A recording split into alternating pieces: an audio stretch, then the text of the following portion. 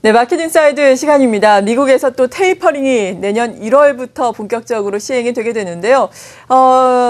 이 이후에는 시장이 어떤 움직임을 보일지 저희가 미리 예측을 해보면서 또 이것을 준비해야 할 타이밍이겠죠. 자세하게 도움 말씀 들어보겠습니다. 이트레이드 증권의 신중호 연구원과 함께합니다.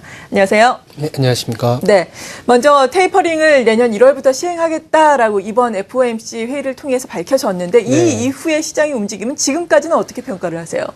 현재까지 그러니까 12월 중순에 FOMC가 이제 1월부터 테이퍼링을 실시한다. 100억 달러를 덜 사겠다는 이슈를 얘기했는데요. 사실 그 이후에 글로벌 시장을 보시면 오히려 상승 분위기가 연출되고 있습니다. 12월 18일 이후에 MSCI 전 세계 지수와 선진 시장을 보시면 2% 이상의 어떤 고른 상승세를 보이고 있고요. 이머징 시장도 좀 0.5%의 상승세를 보이고 있습니다.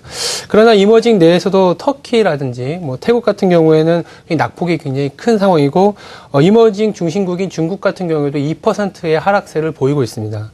따라서 전반적으로는 이머징 수익률이 선진 시장 대비보다는 좀 저조한 수익률을 보이고 있습니다. 네. 지난 6월에 나타난 선진 시장 강세의 흐름, 그러니까 변동성은 좀 줄어들었지만 선진 시장이 강하고 이머징 시장은 좀 뒤따라가는 형태가 발생하고 있고요. 반면 이머징 시장 내에서도 굉장히 차별화가 심하게 발생하고 있다.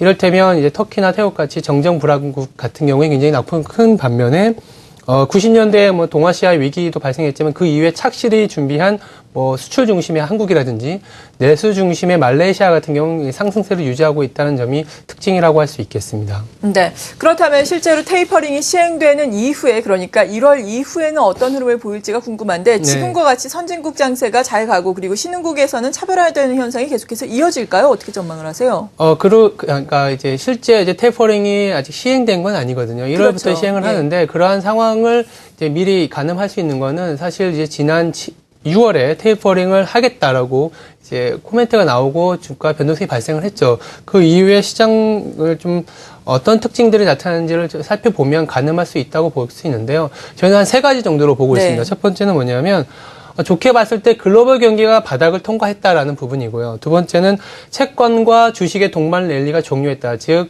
어떤 유동성 플레이가 이제는 좀 종료가 되고 종국에는 주식 쪽으로 자금이 좀 이동할 수 있다. 마지막으로 그 와중에 국가별 디커플링의 시대가 개방했다라는 겁니다.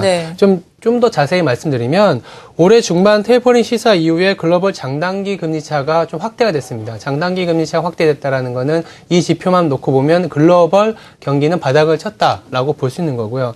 그리고 이러한 모습에서 지난 2년간 채권과 주식이 사실 동반 랠리를 보였거든요. 사실 주식과 채권은 좀 어떻게 보면 상반된 자산인데 동반 랠리를 보였던 거는 이제 유동성이 굉장히 많이 풀려있던 부분들이 좀 채권은 좀 하락하고 실제적으로 미국이 10년물이 벌써 3%까지 갔거든요. 이런 부분들을 보시면 소위 채권에서 주식으로의 어떤 로테이션이 진행되는 거 아니겠느냐라는 생각을 하고 있습니다. 근데 무엇보다 좀 가장 중요한 거는 2010년 QE2 이후에 발생했던 국가 간의 상관계수, 높아진 상관계수가 좀 깨졌다. 즉 국가별 디커플링이 발생을 했다라는 거고요. 거기다가 이종자산 간의 어떤 상관계수도 마이너스로 들어갔다는 점은 앞으로는 큰 맥락에서 이지머니가 종료가 되고 따라서 자산별로 굉장히 피킹, 그러니까 이제 펀더멘털이 괜찮은 국가군과 자산을 선별해야 되는 작업이 좀 더 깐깐해진다는 점입니다. 따라서 국가별 상관계수가 벌어지면서 소위 말하는 채권에서 주식으로 자금 유입이 어떤 국가는 괜찮고 어떤 국가는 괜찮지 않은 어떤 수익률 차별화가 좀 더 심화되는 국면이 더 펼쳐질 것이다라고 보고 있습니다. 네, 그렇군요. 그러니까 그레이트 로테이션은 지속될 것이다. 채권 시장에서 주식 시장으로 자금이 이동되는 것은 이동이 되는 것인데, 그러니까 주식을 사는 사람들에게는 좋은데 문제는 이것이 상당히 국가별로 펀더멘탈이 좋은 국가로 상당히 차별화되면서 집중될 것이다라는 말씀이신데, 그러니까 펀더멘탈이 좋은 국가는 선진국을 뜻하는 건가요? 현재로서는 결과론적으로는 선진국의 펀더멘탈, 그리고 잘 아시겠지만 기축통화라는 거는 외화가 필요 없다라는 주문이거든요. 그래서 외화가 필요한 이머징 시장은 아무래도 펀더멘탈 악화 요인이 좀 더 노출되어 있지 않겠느냐라는 시장의 어떤 컨센서스와 이제 심리 상황입니다. 다만 이제 이러한 것들을 볼 수 있는 게 이제 자금 차입 측면에서 보시게 되면 이 그림에도 나갈 수 있겠지만 사실 금융 위기 이후에 그 글로벌리 낮은 금리를 통해서 쉽게 자금을 조달했던 이머징 국가들이 이제 이러한 상황이 좀 더 어려워지고 타이트해진다는 부분이거든요. 네. 아까 말씀드렸던 태국이나 터키 같은 경우에는 정정 불안으로 인해서 얘네들한테 돈을 빌려줄 수 있을까라는 불안이 엄습해 오는 건데 실질적으로 금융위기 이후 패드 자산이 증가하고 나서 이렇게 대략 한 5배 정도 자금이 좀 차입이 쉬웠다라는 부분들은 12월 그리고 내년 1분기부터 실질적으로 시작되는 테이퍼링 이슈가 맞닥뜨렸을 때 이머징 국가들은 상대적으로 좀 어려운 국면에 놓일 수 있다라는 네. 증명입니다. 그러나 우리나라의 경우에는 지난 6월 이후에 보여줬던 것처럼 이머징 내에서 경상 수지라든지 재정 수지가 굉장히 펀더멘털이 괜찮거든요. 그렇죠. 이런 부분들이 분명히 반영을 할 것이고 따라서 태국이나 터키 등 정정 불안국 내지는 구조적 변화를 맞고 있는 중국이라든지 원자재 중심의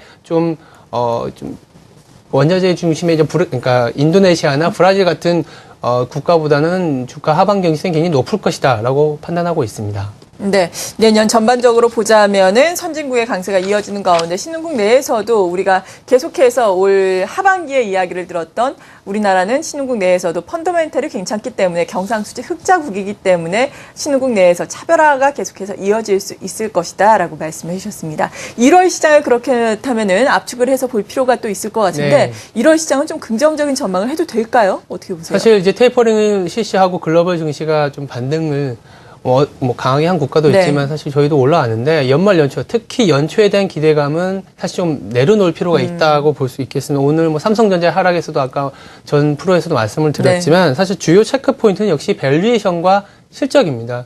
그래서 앞서 국가 차별화의 발생 원인도 사실 펀더멘탈한 측면에서 보시면 현재 밸류에이션을 볼 필요가 있는데 현재 코스피의 PER 즉 밸류에이션은 한 9.56배 58배 정도 수준인데 최근 1년간의 평균이 9.28배 수준입니다. 이 말은 즉슨 그러니까 평균 PER은 사실 국내 재고 순환 즉 펀더멘탈을 이제 대변한다고 볼 수 있는데요. 이 펀더멘탈 대비해서 밸류에이션이 좀 프리미엄을 받고 있다. 좀 비싸게 거래되고 있다는 점입니다. 다만 이제 우려스러운 거는 오늘 장중에 원 백인 환율이 또 1,000원을 깨고 내려가는 모습이 네. 나타나거든요. 그리고 연말 배당을 노린 어떤 장기 자금 플레이도 나타나기 때문에 연초 기대감에 대비한 기업 실적을 보았을 때는 좀 채산성 우려가 좀 높아지는 거 아니겠느냐라고 지금 시장에서 좀 우려하고 있는 상황입니다. 네, 그렇군요. 그렇다면은 이런 가운데 또 투자자들은 어떤 전략을 가지고 이것을 감안해서 앞으로의 시장에 대응을 해야 될까요?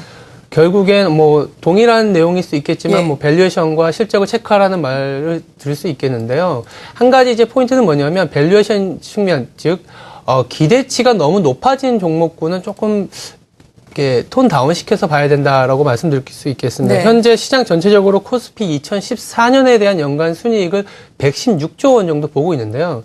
이는 2013년 대비해서 거의 30% 가까이 증가한다고 보는 건데 사실 지난해 그리고 지지난해에도 역성장을 했었거든요. 이런 부분들이 과연 달성 가능한가라는 의구심이 현재 시장에 굉장히 퍼져 있습니다. 네. 이런 실적에 녹아져 있는 마진이 사실 6%까지 회복된다는 게 시장의 기대치인데요. 이는 2000년 중반의 어떤 이익률이거든요. 굉장히 좀 과대평가된 부분이 있기 때문에 실적에 대한 좀 깐깐한 잣대가 필요하고 당장 그래서 1월은 이런 낙관적 전망에 대한 밸류에이션이나 실적 기대치 하향에 따른 주가의 변동성이 나타날 수 있다고 보고 있습니다. 따라서 단순히 말씀드리면 저퍼주라든지 배당주라든지 굉장히 가치주 중심의 종목 선택이 필요하다고 보고 있고요. 네.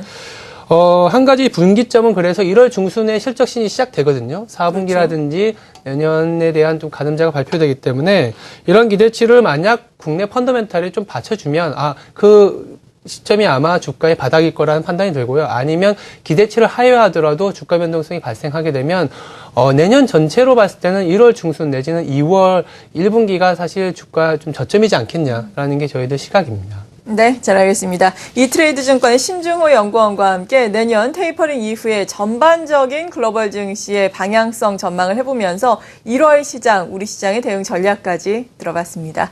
감사합니다. 네, 감사합니다.